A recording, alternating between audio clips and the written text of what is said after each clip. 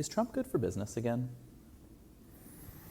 Is Trump good for business? News is good for business, and Trump, as we know from this first little more than a month, is the most news-making, person to occupy the Oval Office I've ever seen.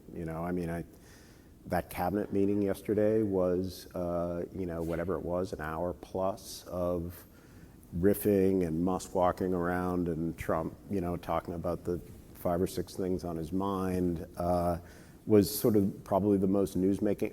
Actually, that cabinet meeting that he had in the first term, where there were the pledges of loyalty and to him, was also pretty interesting.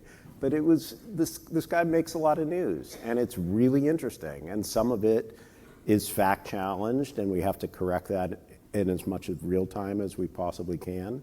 But there are also opening up lines of inquiry into federal agencies and the functions of government that none of us have thought about since civics class, and is now part of the news cycle where we can dig in deeply. What does this agency do? When did it get started? What's its mission? Is it still living up to its mission? How much funding does it get? How much oversight or control did Congress have? Those are all issues in the news now, and they're all sort of unearthed by this disruptive agenda of Trump.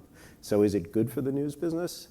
I think it probably is. It's raising awareness. It's raising people's attention to what's happening in their country.